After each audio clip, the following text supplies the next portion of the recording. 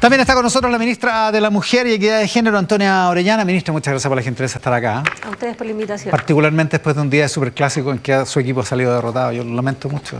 Yo no soy de la U, pero... No un buen año para Colo-Colo, pero también... No un buen año para ser de Colo-Colo. Las chicas del Colo-Colo femenino tuvieron un importante triunfo ayer. Mire, ¿ve? Siempre hay un consuelo. Eso del fútbol es bueno. Siempre tiene un consuelo. Da y quita. La selección femenina ganó ayer en el Sudamericano. También la Copa América, pero también en la Copa Nacional Colo-Colo tuvo un triunfo. Ya, está bueno, ¿eh? Ya, o sea, algo hay. Ministra, además usted su ministerio tuvo un triunfo esta semana, porque se terminó publicando el reglamento que viabiliza el tema de la objeción de conciencia respecto a la ley de aborto en 3 causales, ¿no? Así es, actualmente en los hospitales públicos del país, de acuerdo al análisis de la Corporación Humanas, en base a las cifras oficiales del Ministerio de Salud, el 41,6% de los obstetras que ejercen en el servicio público se declaran objetores, al menos en la causal de violación. Ya. Eso, por supuesto, es un derecho que les asiste en la ley. ¿Se puede ser objetor de conciencia por una causal? Sí. Ah, no sabía eso, ya. Así es. Ya.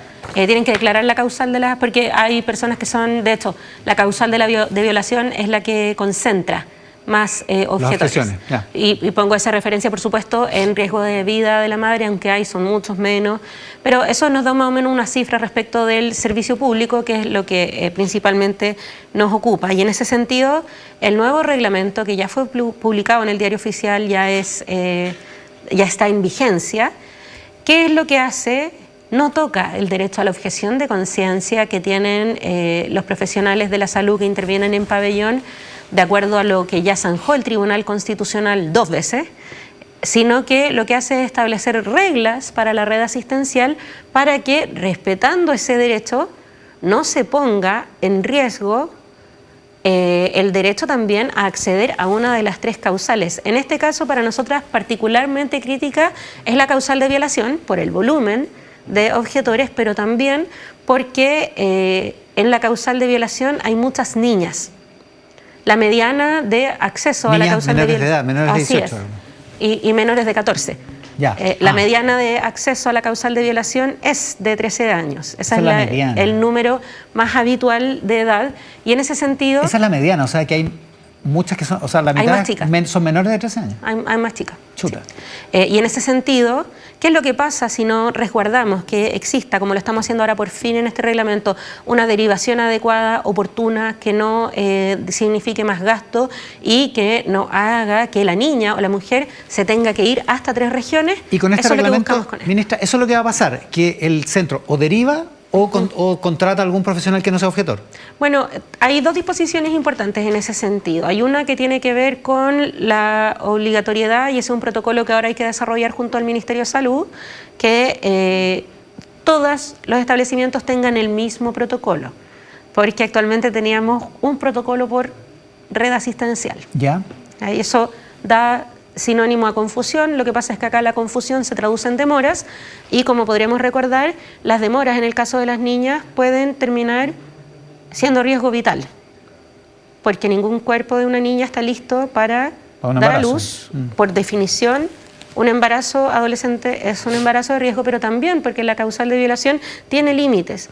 Y como recordarán límites temporales, digamos. Así es, tiene las 14 semanas de límite, y como recordarán de la discusión legislativa, se les dijo muchas veces por parte de expertas como por ejemplo Andrea Uneus, que eso no corresponde a los plazos de las niñas, porque las niñas no saben, porque son niñas.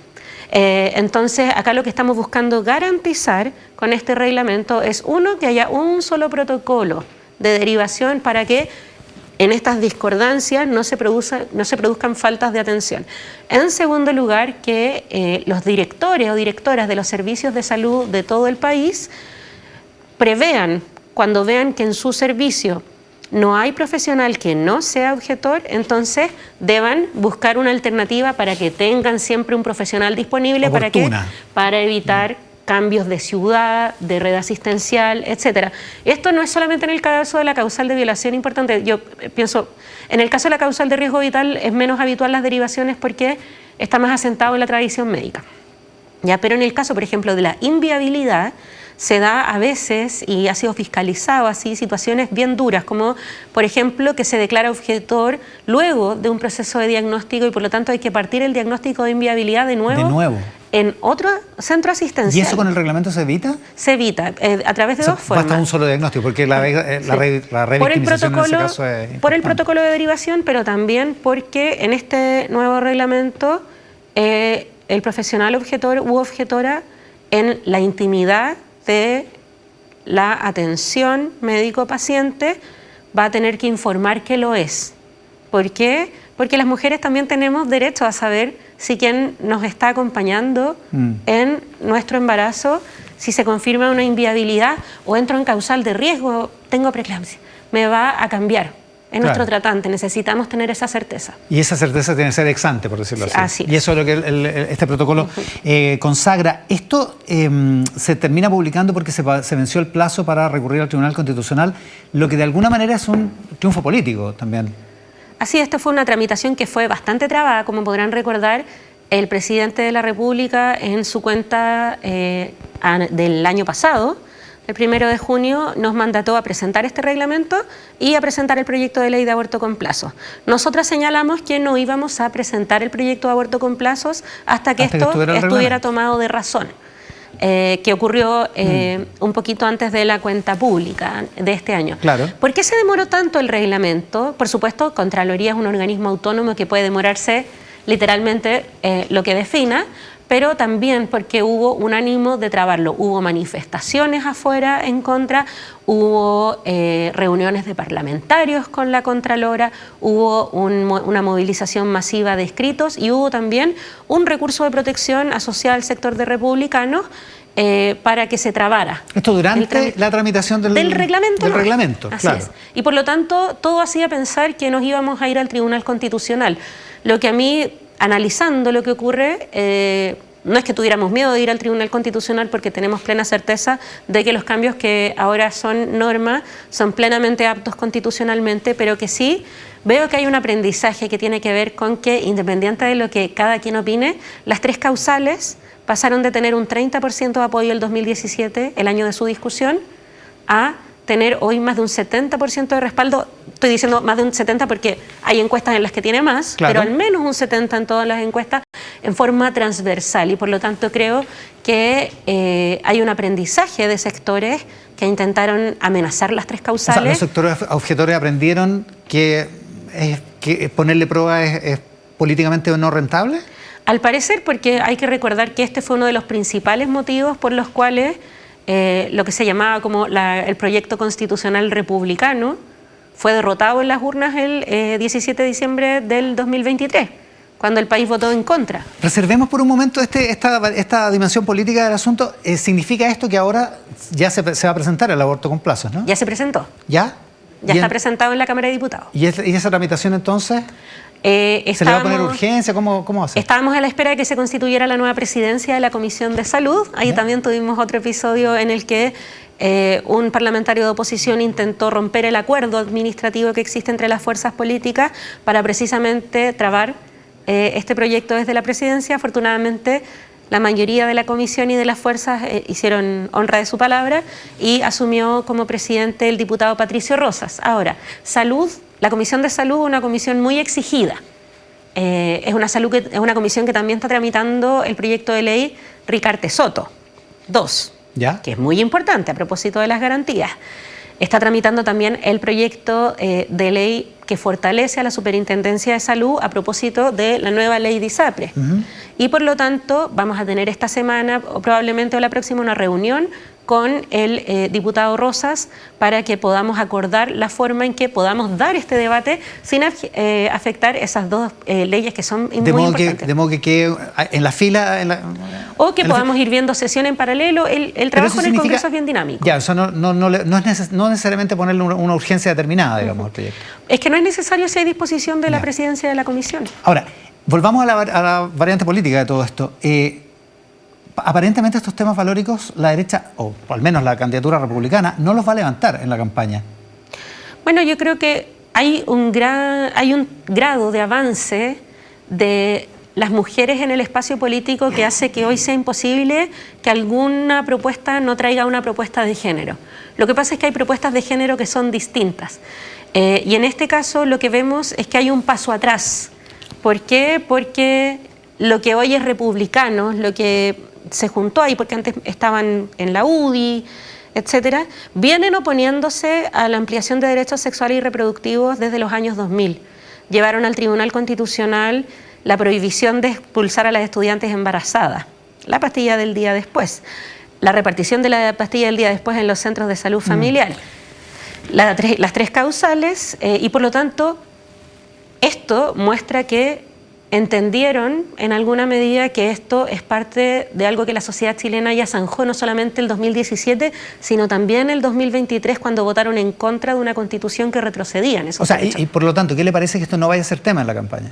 Yo estoy feliz porque voy a poder empezar a implementar el reglamento ahora, con las consecuentes mejoras que va a tener para las niñas y las mujeres que están en situación de tres causales, que recordemos son tres causales dramáticas: violación, inviabilidad fetal y riesgo de vida. Y por lo tanto, ¿le tiene confianza a esa promesa que hace José Antonio Kast, que hace el Partido Republicano, de que las urgencias van a ir por otro lado y que no va a haber, por ejemplo, en el tema de aborto en tres causales, ninguna innovación, independientemente de la mayoría parlamentaria que puedan tener? Bueno, la verdad es que no me voy a meter en declaraciones de candidaturas, pero en este periodo legislativo ha habido al menos 2 mociones de parlamentarios cercanos a él en donde se ha intentado retroceder o cercenar alguna de las tres causales. Por lo tanto... Bueno, vamos a ver lo que pasa durante la campaña. A propósito, hablemos un poco, a partir de esto, de la política de su partido, del Frente Amplio. ¿Cuál es la agenda de temas del Frente Amplio en esta campaña? ¿Cuál debería ser? ¿En esta campaña? No, yo creo que eso lo tiene que definir primero el candidato que ya le entregó el apoyo a Janet Jara, que es Gonzalo, y en segundo el partido. No podría yo adelantarme a eso. No se podría adelantar, decir que esta semana tuvimos... A propósito de gestión, tuvimos 2 temas muy importantes para nosotros y que fueron en gran medida trabajados por el Frente Amplio. Uno de ellos es la ley de fraccionamiento pesquero, que yo creo que es un paso fundamental no solamente por cómo redistribuye la cuota pesquera en favor de los artesanales, sino que también recupera la legitimidad de la legislación pesquera después de todo lo que fue la llamada ley Longueira. Es decir, no solamente para nuestra visión política es redistributiva, sino también no tiene esa mancha de legitimidad que hacía muy difícil de implementar. Eso no es tan relevante para el Frente Amplio. Por supuesto, y el ministro Grau estuvo trabajando esto desde el 2022, yo me acuerdo porque lo estuvimos acompañando en los diálogos caleta a caleta en el país. Y a propósito de eso... son hartas. Pensé que me estaba diciendo que lo habían acompañado a caleta. No, caleta a caleta. Sí, exactamente. Y en ese sentido, a eso me quiero referir. Hay una forma de hacer ahí que yo creo que tiene que ver con nuestra identidad, que tiene que ver también con cómo el presidente ejerce su liderazgo, que es la de ampliar la voz de quienes pueden opinar de determinados temas. En el caso de la ley de fraccionamiento pesquero, los pescadores artesanales, las mujeres de la pesca y actividades conexas. En el caso de Chile Cuida, también las cuidadoras que son invisibles y que están en la casa 24/7. Y que participan en el debate, de esa manera. Y que participaron del prelegislativo de la ley, 12.700 Es interesante el punto, personas. porque usted dice, fraccionamiento era importante para nosotros y el Frente Amplio lo respalde. Permisología, y el ministro Grau trabajó un montón. Permisología, el ministro Grau trabajó un montón, es una prioridad para el gobierno, y los parlamentarios del Frente Amplio, junto con otros parlamentarios del Partido Comunista y de 42 del oficialismo, recurren al Constitucional contra su propio gobierno. ¿Qué le parece la señal? Es un ejercicio de la potestad parlamentaria. No, sin duda, pues, sí, tienen la posibilidad, la prerrogativa y el derecho. Pero el ejercer ese derecho tiene un significado político, digamos. Yo creo que aquí hay debates que subyacen, que tienen que ver precisamente con tensiones propias del desarrollo, que son, por ejemplo, las normativas y cómo resguardan. En lo que se refiere a la ley de permisos sectoriales, se ha puesto el foco en eso, pero yo creo que cualquier conocido que tengamos que ha puesto una pyme o que ha administrado un pequeño o mediano negocio, sabe que muchas veces puede ser una proeza de papeleo. La mayoría de las cuestiones, la gran mayoría de las cuestiones a las que se aboca la ley de permisos sectoriales, tiene que ver con cómo distintas instituciones que ven más o menos lo mismo, pero en una especificidad, le piden distintos papeles a una persona que está tratando de llevar adelante un proyecto, y no me refiero a un proyecto que tenga impacto medioambiental, lo digo porque un ejemplo conocido en mi familia, que era el de un restaurante. Ya, por eso. O sea, ¿qué significa entonces que el 60% de los parlamentarios, de los diputados oficialistas... ¿El 60%? Sí, pues 42 de 70 y tantos. Que recurran al Constitucional por esto. Es una señal política. Y creo que es una señal política que no estoy llamada yo a interpretar y que los parlamentarios van a tener que explicar. En lo que respecta al Ejecutivo... No, sí, pero usted es militante del Frente Amplio. En esa calidad se lo estoy preguntando. Pero yo soy ministra del Ejecutivo. Sí, pero también es militante del Frente Amplio. Sí, pues, pero no me... No y su Ejecutivo es el que está detrás de esa ley. Por supuesto, digamos. y por lo tanto yo hablo de parte del Ejecutivo. Si a usted un proyecto suyo, 42 diputados del oficialismo se lo recurrieran al Constitucional, me imagino que le molestaría, digamos. Por supuesto, pero...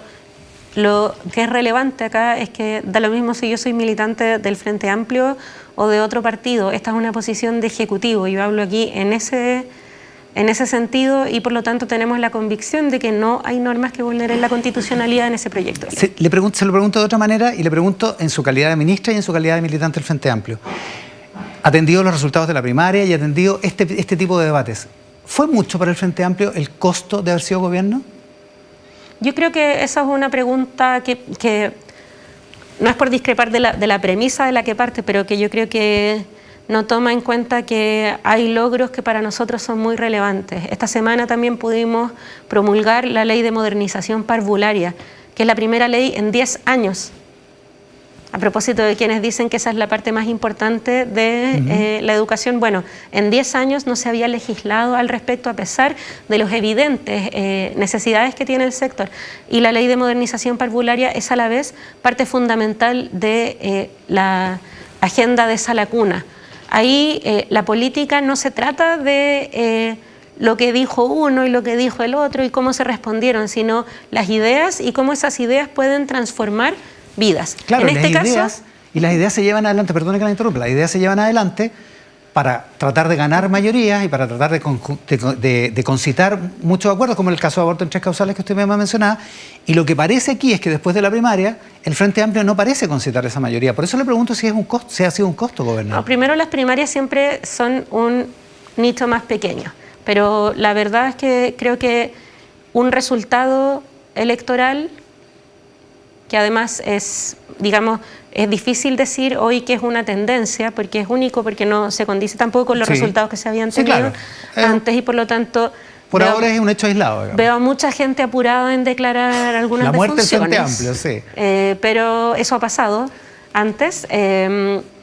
Pero por eso insisto con cosas que hemos logrado, o sea, fraccionamiento pesquero, la Ley de Modernización Parvularia esta semana, desde el ámbito también de nuestra gestión como ministerio, la mejora en la implementación de las 3 causales, son cuestiones que por supuesto que inclinan la balanza a favor cuando uno dice, ha pagado el costo, da lo mismo el costo porque hemos mejorado la vida. Porque se han ganado estas otras cosas. No es porque se han ganado, porque esto no es un gallito, es porque hemos conseguido que esas cosas mejoren la vida de las personas, de los pescadores artesanales. Porque se han logrado estas otras cosas, le cambio el verbo. Ya, porque se han logrado estas otras cosas, entonces no se puede hablar de costo. Eso es lo que... Es que no es tan matemática la cuestión. Ya, ok. Hablemos del tono de la campaña. Ayer Johannes Kaiser es proclamado por el Partido Nacional Libertario, dice, le da muy duro a la candidata a la izquierda y dice, Janet Jara es Bachelet con esteroides. ¿Qué le parece la expresión? Bueno, yo creo que es parte de su registro habitual, pero creo que hay también un muy sabio juego de piernas entre los dos candidatos de la ultraderecha, en donde uno dice tal nivel de barbaridades que el otro parece moderado cuando no lo es. ¿Bachelet con esteroides es una barbaridad? No sé, ¿cómo lo calificarías tú? Es que me importa cómo lo califica la ministra, la mujer ministra. Yo creo que es parte del registro habitual de Johannes Kaiser, que siempre denigra a las mujeres. ¿Es denigrante? Bueno, él creía que las mujeres no debían tener derecho a voto. ¿Ese puede ser el tono de la campaña? Esperaría que no, pero como decía, acá casi parece coordinación, porque claro, Kaiser dice cosas tan pasadas que me estoy saliendo del plano de la cámara, así, que José Antonio Kast queda como... Que al parecer José Antonio Kast es moderado. ¿Y usted encuentra que no es moderado? Es cosa de leer su programa. Bueno, todavía no está el programa en realidad. Bueno, lo que publicó, por ejemplo, respecto a temas económicos, es que los trabajadores paguen sus propias indemnizaciones, por ejemplo. Bueno, vamos Ya vendrá ese debate. Es que usted comenta algunas cosas de la campaña y otras no, entonces cherry picking. Ya, oye, dos cosas antes de terminar. Está el debate de Janet Jara y cómo va a ser para juntar a toda la coalición. Desde su punto de vista, habiendo ganado la primaria el 2021, habiendo ganado la primera vuelta el 2021 y después habiendo integrado el socialismo democrático, ¿cómo ha sido la experiencia de gobernar con el socialismo democrático, lo que implicó, entre otras cosas, tener que modificar partes del programa, ceder en algunas cosas para integrar a estas dos coaliciones? ¿Cómo ha sido la experiencia? ¿En qué sentido? La experiencia de gobernar con el socialismo democrático. Es que ha sido una experiencia de gobernar en coalición. Algo que yo creo ¿Ha tenido que renunciar mucho el Frente Amplio? Yo creo que en el Ejecutivo hemos logrado una síntesis que no es generacional, porque esto no se trata de edad, sino de entender distintas trayectorias de vida que están dadas por distintos momentos políticos. O sea, yo nací el 89. No puedo pedir disculpas por haber nacido en 1989, pero hay ciertas cosas que a mí no me tocó vivir. Claro. Y que bueno, gracias porque me tocó crecer en democracia, ¿cierto? Entonces, yo creo que en el Ejecutivo hemos logrado esa síntesis de una coalición de centro-izquierda e izquierda, y creo que tenemos el deber de que ese espíritu que hemos logrado se trascienda hacia nuestros partidos, no porque sea un fin en sí mismo, sino porque básicamente a la gente no le interesa vernos pelear ni nuestras peleas partido a partido. Ministra, 30 segundos. ¿El proyecto Sala Cuna va a salir en este gobierno? Yo estoy dando todo porque salga y creo que hay muchas personas que estamos buscando un nivel de acuerdo. Y lo que queremos es compartir el derecho a Sala Cuna entre padres y madres, primero. En segundo lugar, terminar con la barrera discriminatoria de las 20 mujeres, porque eso hace que entramos a 19, y fundamentalmente que esto se haga sin retroceder en estándares educativos que son un orgullo de nuestro país respecto a países de similar ingreso. Nuestro estándar del reconocimiento oficial debe cumplirse y para eso estamos dando un debate que yo creo que tiene una buena voluntad de todas las partes, oposición y oficialismo, en la Comisión de Trabajo del Senado. Ministra, muchas gracias por la gentileza. Muchas gracias a usted. Con la ministra de la Mujer y Equidad de Género, Antonia Orellana, en esta edición de Mesa